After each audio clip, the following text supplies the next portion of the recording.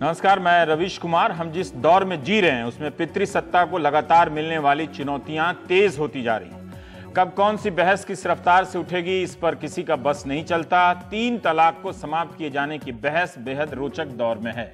इसका स्वागत होना चाहिए और इस बहाने राजनीतिक पूर्वाग्रहों को स्थापित करने के प्रयासों से भी सतर्क रहना चाहिए। ना ही किसी दूसरे भय के आधार पर 3 तलाक का विरोध होना चाहिए। इस टॉपिक पर बहस शुरू नहीं होती है कि फैसला आ जाता है। मैं उल्टा चाहता हूं, फैसले से पहले हम दोनों पक्षों के बारे में इस तरह से बात करें जिससे समाज, धर्म और अधिकारों की लड़ाई को समझने में मदद मिले। उत्तराखंड के काशीपुर की शायरा बानो फरवरी 2016 में एक जनहित याचिका लेकर सुप्रीम कोर्ट आई कि 3 तलाक की प्रथा समाप्त हो, बल्कि इसके साथ साथ हलाला और बहुविवाह भी। शायरा बानो के साथ साथ जयपुर की आफरीन रहमान, हावड़ा की इशरत जहां भी शामिल हो गई। 2 अन्य महिलाएं भी, कई संगठन भी आने लगे और सुप्रीम कोर्ट ने इन सभी याचिकाओं को एक साथ सुनना शुरू कर दिया। फरवरी से अक्टूबर आया तो इस मामले में पक्ष विपक्ष से कई पैरोकार जुड़ते चले गए। भारतीय मुस्लिम महिला आंदोलन भी इस मामले में पक्षकार है। आंदोलन ने 50,000 मुस्लिम महिला और पुरुषों के दस्तखत जुटाए हैं। 3 तलाक की समाप्ति की याचिका पर सुनवाई जैसे जैसे आगे बढ़ी है, वैसे वैसे इसे लेकर सार्वजनिक स्पेस में बहस भी तेज हो रही है। जिस तरह से तमाम मुस्लिम संगठनों ने 3 तलाक के हक में सक्रियता दिखाई है, उससे लगता है कि मुस्लिम समाज की कोई बेचैनी बाहर आ रही है। समान आचार संहिता अलग मसला है, लेकिन इसके सहारे 3 तलाक का समर्थन करना या विरोध करना क्या वक्त की मांग को अनदेखा करना है, या वाकई उनका इस बात में यकीन है कि 3 तलाक महिलाओं के लिए बेहतर व्यवस्था है। तमाम संस्थाओं, शहरों से लेकर तमाम दफ्तरों को महिलाओं के हिसाब से आजकल अपने नियम बनाने पड़ रहे हैं। क्या मुस्लिम संगठन सिर्फ इस आधार पर इस आवाज को अनसुना कर सकते हैं कि 3 तलाक के खिलाफ 4 महिलाएं ही मैदान में हैं? जमाते इस्लामी हिंद ने कहा है कि केंद्र सरकार ने 3 तलाक की प्रथा का जो विरोध किया है वो धार्मिक स्वतंत्रता के अधिकार के खिलाफ है। उनके मुखिया जलालुद्दीन उमरी का बयान है कि तलाक और बहुविवाह उनके मजहब का अंतरंग हिस्सा है, इसलिए शरिया कानून का पालन होना चाहिए, इसे समाप्त नहीं होना चाहिए। दिल्ली में 13 अक्टूबर को 10 मुस्लिम संगठनों के साथ मुस्लिम पर्सनल लॉ बोर्ड की प्रेस कॉन्फ्रेंस हुई। हालांकि इनका मसला था कि सभी मुस्लिम संगठन लॉ कमीशन की उस प्रश्नावली को खारिज करते हैं जिसका संबंध समान आचार संहिता लागू करने से है और जिसे वेबसाइट पर लॉ कमीशन ने लोगों से पूछा है। सारे सवाल हां या ना में पूछे गए हैं और कारण बताने के लिए कुछ जगह छोड़ी गई है। भारत सरकार की दलील है कि 3 तलाक की कोई जगह नहीं होनी चाहिए। पर्सनल लॉ बोर्ड ने अपने हलफनामे में कहा है कि 3 तलाक होना चाहिए।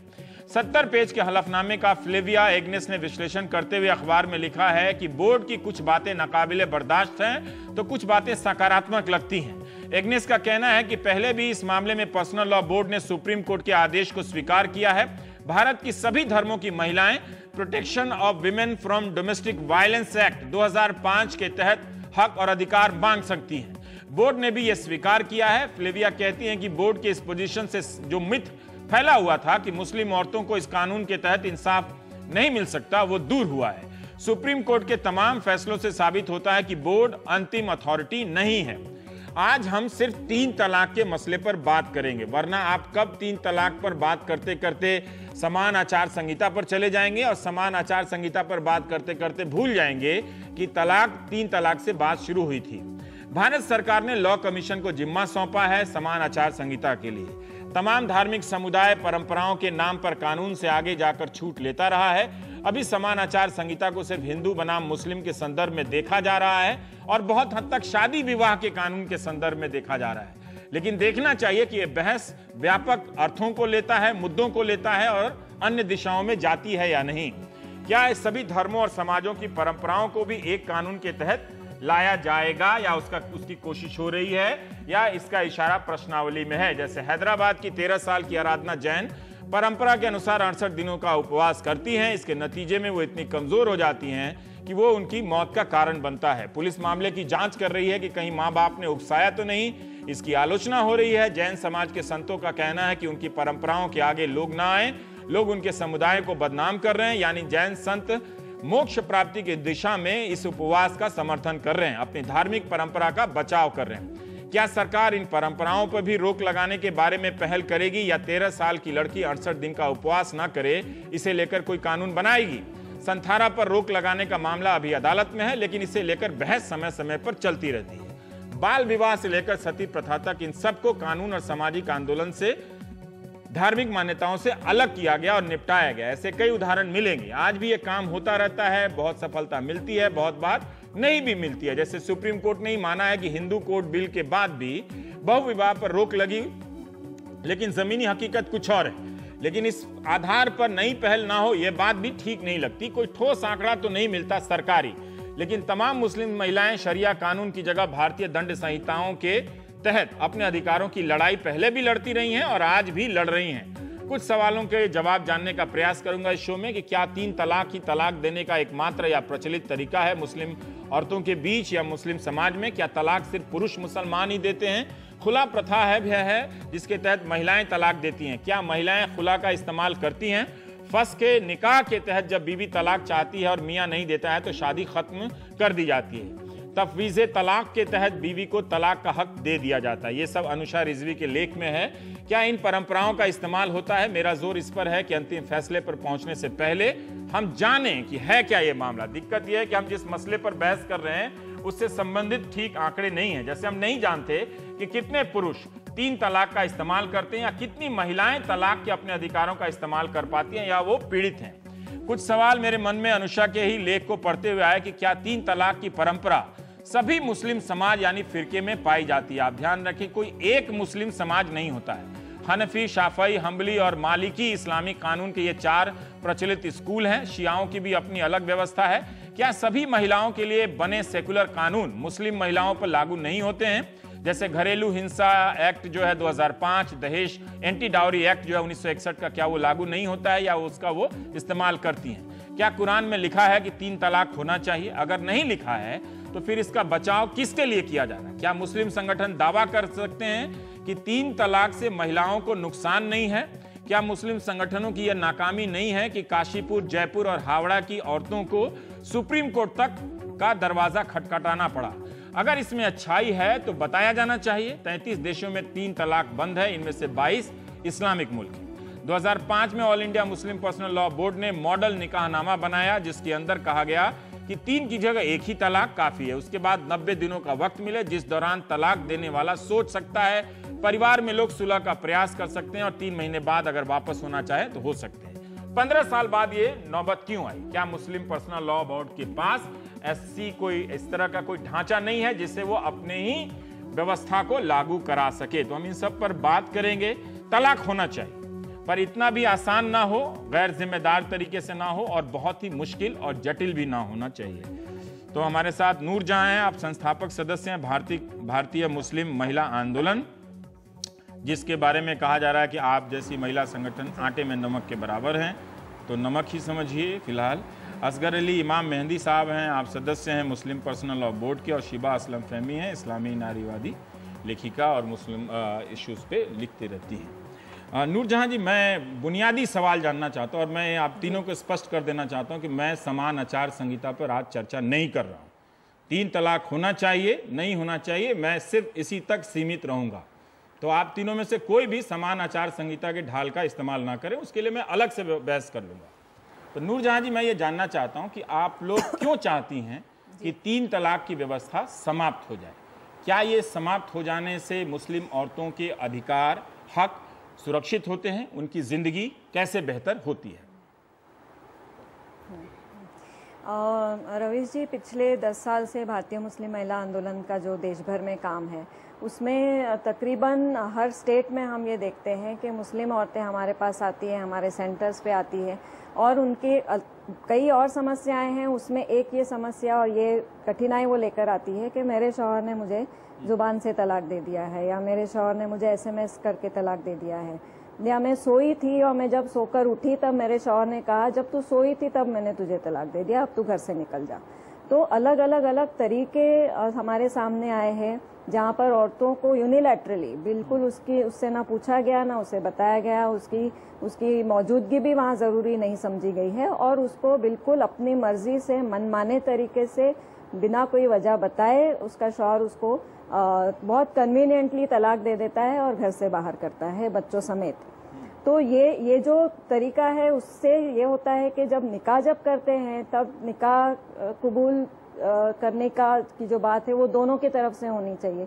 जब दोनों कबूल है कहते हैं तब जाके वो निकाह फाइनल होता है। फिर वही निकाह तोड़ने के लिए सिर्फ एक पार्टी कैसे जिम्मेदार हो जाती है। और ये मसला पूरे देश भर के अलग अलग कोने से हमारे सामने आया है। बिल्कुल उसी वक्त इंस्टेंटली वो रिश्ता टूट जाता है। जब ये औरत परेशान होकर काजी के पास या मौलाना के पास जाती है कि ऐसा तलाक हुआ है, क्या किया जाए, तो उससे ये कहा जाता है तुम्हारी ये तलाक हो गई है। बिल्कुल ये वाजिब तरीका है तलाक देने का, अब कुछ नहीं हो सकता, आपका तलाक हो गया आपके शौहर के साथ। जब वो पुलिस स्टेशन जाती है तब उसको ये बोला जाता है आपके समाज में तो ये होता है, आपके समाज में तो इसी तरह से तलाक दी जाती है, अब हम कुछ नहीं कर सकते हैं। तो क्योंकि मुस्लिम फैमिली लॉ कोडिफाई नहीं है, क्योंकि तलाक का तरीका कहीं पर विधिबद्ध नहीं किया गया है, मुस्लिम मर्दों को ये बहुत कन्वीनियंट है, बहुत आसान है कि रिश्ते में अगर वो रिश्ते से आप खुश नहीं हैं या बीवी में कोई आपको परेशानी है या परेशानी नहीं भी है, it is just so convenient कि उसको 3 बार बोलो तलाक और उसको अपने घर से निकाल दो। अब तो ये जो पूरा प्रोसेस है ये खत्म होने की ज़रूरत है। असगर अली साहब, आप बताएं कि जो नूरजहां कह रही थी कि कोई ईमेल से, कोई व्हाट्सएप से, कोई फ़ोन से, कोई सोते हुए में तलाक दे देता है, ठीक है, तो क्या ये जायज़ है? और अगर ऐसी सूचना आप तक पहुंचती है तो आप लोग क्या करते हैं? अब वो तो कह रही हैं कि मौलवी मुफ्ती के पास जाने से भी इंसाफ नहीं मिलता, पुलिस के पास जाने से भी इंसाफ नहीं मिलता, क्या आप लोग शादी को वापस कायम करा देते हैं कि नहीं, सोते में ईमेल से, व्हाट्सएप पे तलाक नहीं हो सकता? देखिए, सबसे पहले तो मैं ये बताना चाहूँगा कि मैं all India Muslim personal law board का नुमाइंदा नहीं हूँ, न इस वक्त और न ही कल था। मैं मरकज़ी जमीयत अहले हदीस हिंद का जनरल सेक्रेटरी हूँ।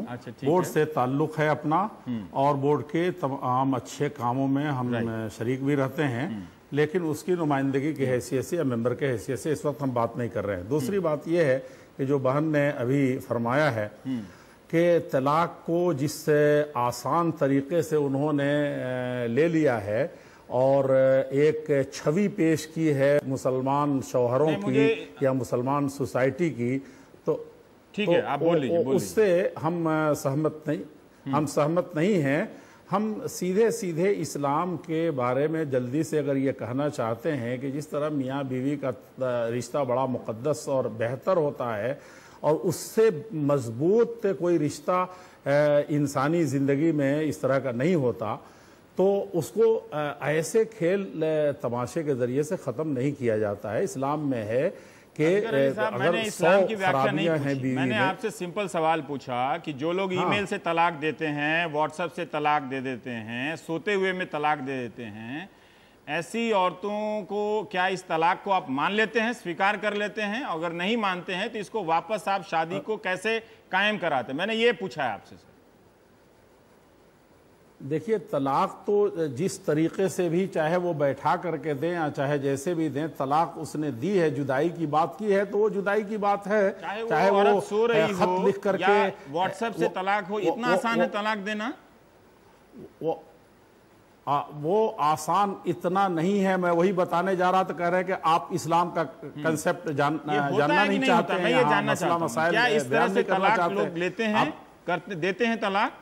इस तरह के तलाक देना इस तरीके से, जिस तरीके से वो पुख्ता तौर पर दोनों इकट्ठा हुए थे, उसी तरीके से इस्लाम में तालीमात हैं कि उसके अंदर 100 खराबी हो तब भी एक खराबी की बुनियाद पर कुरान ने कहा कि एक अच्छाई हो तब भी बीवी बना के रखो। लेकिन अगर वो किसी भी तरीके से बेहंगम तरीके से पेश करता है, जैसे 3 तलाक दे देता है, तो उसको मुस्लिम समुदाय में जैसे अहले हदीस हैं वो नहीं मानते कि वो तलाक उसकी हो गई, हमेशा के लिए अलग हो गई। कुछ लोग ऐसा मानते हैं कि जैसे भी तलाक दे दिया वो तलाक कह दिया तो हो गया। सबसे पहले बुनियादी आप रवीश जी एक बात ये सुने और सुनवाएं कि तलाक का असल तरीका यही है कि जैसे भी दिया हो वो पढ़ती है, लेकिन उसको एक वक्त में, एक महीने में जब बीवी पाक साफ हो, मंथली कोर्स ना हो, तो उस वक्त देना है और उसी कमरे में उसी बेड पर रहना है 3 महीने तक जिसमें वो रह रही थी, दोनों रह रहे थे। इसमें सोचने समझने का काफी मौका मिलता है। ये सारी चीजें हैं, फिर उसके बाद कभी जरूरत आपने देखिए नूरजहां ने कहा कि ऐसा नहीं आप होता कह रहे हैं कि आदर्श वाले स्थिति को है ना, ऐसा होता नहीं है। अगर ऐसा होता नहीं है तो आपके पास या आपके संगठन के पास कौन सा ऐसा ढांचा है जिससे आप लागू करा सकते हैं? क्यों ना ये काम एक ऐसे कानून व्यवस्था को सौंप देना चाहिए। ढांचा तो देखिए मुल्क में रवीश जी, देखिए ढांचा तो हमारा संविधान इतना अच्छा है, लेकिन रोज रोज लड़ाइयां हो रही हैं, रोज रोज 10 तरह की खराबियां हैं मुल्क, और अवाम अगर सही तरीके से चले तो ये जितने झगड़े हैं वो हो ही नहीं। एक ट्रैफिक के मसले में टकराव ना हो, एक्सीडेंट ही ना हो ना, उसके लिए कानून बनाते हैं। रोड पर एक्सीडेंट होता है, वो नहीं चलता है तो उसके बाद कानून बनाते हैं, फिर अधिकारी बदलते हैं, फिर उसके बाद बहुत तरह की व्यवस्थाएं करते हैं, कोर्ट कचहरी में जाते हैं।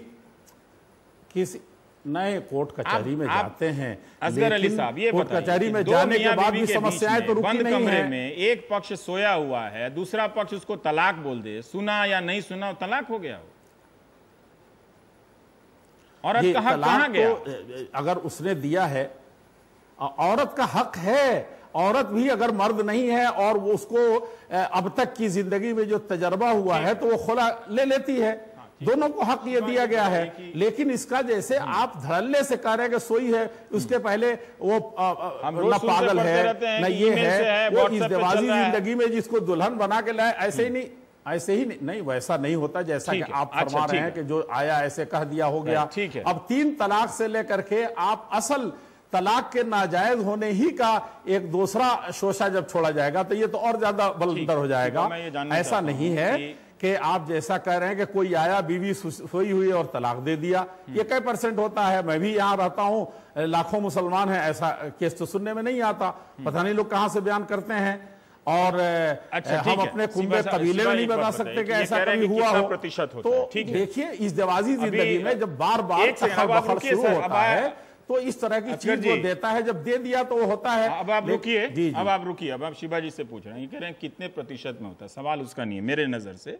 अगर ये 10 औरतों के साथ भी हो रहा है तो क्या वो ये स्वीकार कर रहे हैं कि गलत चीज है? मुझे नहीं मालूम कि वो प्रतिशत का जिक्र करके। फिर भी जो भी असगर अली साहब इस्लाम के हवाले से जो उनको उतना मौका नहीं मिला। एक सेकंड, अब आपसे नहीं पूछ रहा हूँ, अब आप नहीं बोलेंगे सर, अब आप नहीं बोलेंगे। आकर के शादी करे तलाक। एक सेकंड, जब आपके पास आएंगे तो आप बोलेंगे ना।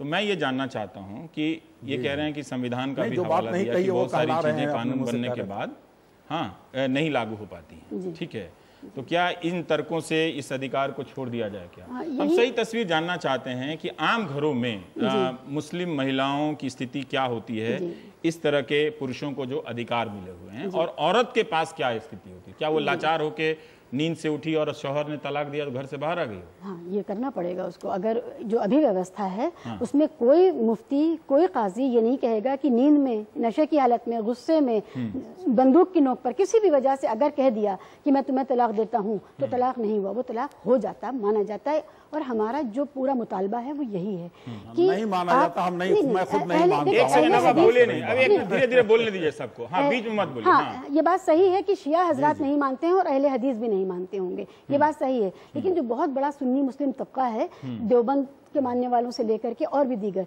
बरेलवी हैं और दूसरे हैं, वो सब इसको मानते हैं। और हम लोगों का जो मुतालबा है वो यही है कि एक जवाबदेही से जो छुट्टी मिली हुई है मुसलमान शौहर को, जो एक लीगल और अकाउंटेबिलिटी हॉलीडे वो एंजॉय कर रहा है सिस्टम में, ये खत्म होना चाहिए या नहीं होना चाहिए। और मुसलमान औरत को अपनी शादीशुदा जिंदगी में बेखौफ और बाइज्जत वक्त मिलना चाहिए, दौर मिलना चाहिए या नहीं मिलना चाहिए, या वो हर वक्त डरी सहमी रहे।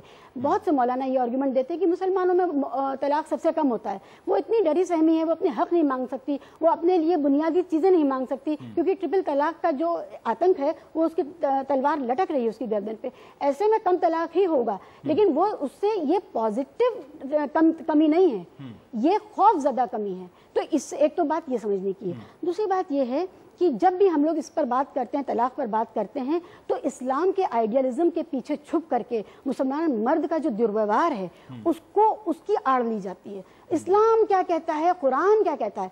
हमारा तो मुतालबा ही यही है, जो कुरान तरीका बताता है सिर्फ वो लागू कर दीजिए। इन लोगों को कुरान मानने पर एतराज है, तो codification of Muslim personal law, codification of talaq, codification of all other aspects. हमारा मुतालबा ही सिर्फ इतना है कि उनको नियमबद्ध कर दीजिए। नियमबद्ध करने में तलाक का तरीका बता दिया जाएगा जो कुरानिक तरीका है। इनको कुरानिक तरीके से आप ये कह रहे हैं कि कुरान में कुछ और है जी, और जो व्यवस्थाएं मर्द इस्तेमाल कर रहे हैं वो कुछ और है। जी, वो परंपरा तलाक बिद्दत, यानी कि सबसे खराब, सबसे बुरा जिसको कहा गया है वो तलाक बिद्दत है, जिसकी हम मुखालफत कर रहे हैं। जो तलाक कुरान में प्रिस्क्राइब्ड है हम उसको लाना चाह रहे हैं। इनको कुरान के लाने पर इतराज है। तो ये बात समझने की है कि ये पुरुषवाद की और पितृसत्ता की महिला अधिकारों के साथ जंग है। ये इस्लाम और महिला की जंग नहीं है, ये आरएसएस और इस्लाम की जंग नहीं है, ये सेकुलरिज्म और इस्लाम की जंग नहीं है। ये पितृसत्ता और महिला अधिकारों की बात है और जो इस्लाम उसको देता है वही हम। आपको लगता है कि ये कम लोगों की आवाज है? जैसे जमाते इस्लामी हिंद का मैं प्रेस रिलीज देख रहा था तो उसमें लिखा है आटे में नमक के बराबर कुछ महिलाएं जो दुकान चलाती रहती हैं। एक गुजारिश मुझे आपसे है कि जब भी हम इस बारे में बात करते हैं, मुसलमान महिलाएं तो होती हैं लेकिन वो मुसलमान मर्द जो हमारी आवाज में आवाज मिला रहे हैं और बहुत काबिल पढ़े लिखे एक्सपर्ट्स हैं वो नहीं होते। आप प्रोफेसर ताहिर महमूद जैसे लोगों को लाइए, आप आरिफ मोहम्मद खान जैसे लोगों को लाइए, आप जावेद आनंद जैसे लोगों को लाइए जो लगातार हर तरह की मुस्लिम कौम के लिए लड़ाइयां लड़ रहे हैं, पॉजिटिव बातें कर रहे हैं, जानकार हैं, एक्सपर्ट्स हैं। ठीक है, वो 8 साल मदरसे में बैठ के कुरान को रटना सीख के नहीं आए हैं सिर्फ, वो इस्लामिक स्टडीज के स्कॉलर हैं, वो पर्सनल लॉ के स्कॉलर्स हैं। उनको भी लाइए, तब ये पता चलेगा ये आटे में नमक नहीं है, ये लूजर्स हैं, ये हारती हुई लड़ाई लड़ रहे हैं। लेकिन क्योंकि ये पर्सनल लॉ बोर्ड हारती हुई लड़ाई लड़ रहा है। मैं एक बुनियादी सवाल मैं जानना चाहता हूं कि मान लीजिए कि जो मुस्लिम पर्सनल लॉ बोर्ड की बात हो रही है, अगर कोई मुसलमान औरत उसके साथ नाइंसाफ़ी होती है तो अगर वो किसी गांव में है, किसी कस्बे में है, तो मुस्लिम पर्सनल लॉ बोर्ड का क्या ढांचा है जिसके पास जाकर वो इंसाफ मांग सकती है? क्या तरीका है? मैं ये बहुत बेसिक सवाल पूछ रहा हूँ लेकिन मैं बाकी दर्शकों के लिए जानना। मुस्लिम पर्सनल लॉ बोर्ड का बाज़ाब्ता आधिकारिक तौर पे कोई ढांचा नहीं है। जो पंचायत है बिरादरी की वो मसला हल करती है। आपको इमराना भी केस याद होगा, गुड़िया केस भी याद होगा, बिरादरी पंचायत बैठी थी। उसके अलावा जो शहर में, जो कस्बा है, शहर है, उसमें जो कजियाहत है, काजी कोर्ट्स हैं, वहां वो जाती है। वहां पर उसको इंसाफ मिल भी सकता है, नहीं भी मिल सकता है। जो पक्ष भारी होता है पैसे से, ताकत से, सामाजिक पृष्ठभूमि से और राजनीतिक तौर पे, वो उसको न्याय मिलेगा या उसके पक्ष में फैसला होगा। क्या ये काजी कोर्ट हर जगह है? ना, हर जगह नहीं है। बिरादरी पंचायतें हैं, क्योंकि बिरादरियां हैं, जात पंचायत है, बिरादरी पंचायत है, तो वो जनरली होती हैं। और बिरादरी पंचायतों में जो लोकल ट्रेडिशन है वो हिंदू मुस्लिम ट्रेडिशन का मिक्स होता है, उस हिसाब से फैसला आता है। और ये इसका सबसे बड़ा उदाहरण गुड़िया का केस है, इमराना का केस है। तो कोई व्यवस्था है नहीं all India Muslim personal law board की, ऑल इंडिया लेवल पर कोई व्यवस्था नहीं है इंसाफ दिलाने की।